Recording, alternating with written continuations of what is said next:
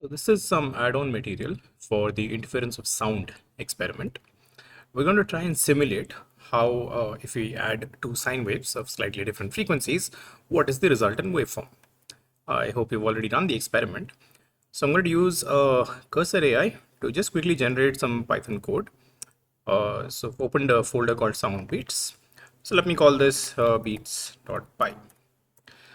Now here I need to prompt this. So Control K gives you a prompt window. So I'm going to say generate Python code to add and plot two sine waves of frequencies 3000 Hertz and 3200 Hertz to demonstrate interference.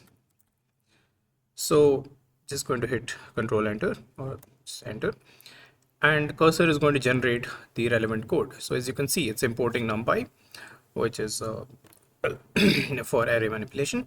There's pyplot, which plots. It's created the x-axis, which goes from 0 to 0.01 seconds and has 10,000 points. So it's decided all this based on the input frequencies that we gave. Now it's generated two waves, okay? Sine 2 pi f1 into t, 2 pi f2 into t, and here's the combined wave. Now it's creating subplots, okay? So the first figure is just pure 3000 Hertz, the second is 3200 Hertz, and the third is the one which is the mixed signal, okay? So Control Enter to accept, or just click this button. Now beats.py has been created. I'll just save this. Now to run this, I'll have gone here and clicked terminal, new terminal. So this gives me this. I'll say Python 3 space beats.py.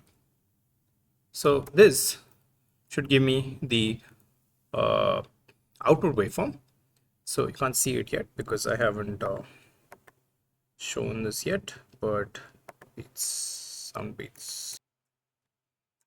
Okay, so our result is here. This is the first subplot, which is pure 3000 Hertz.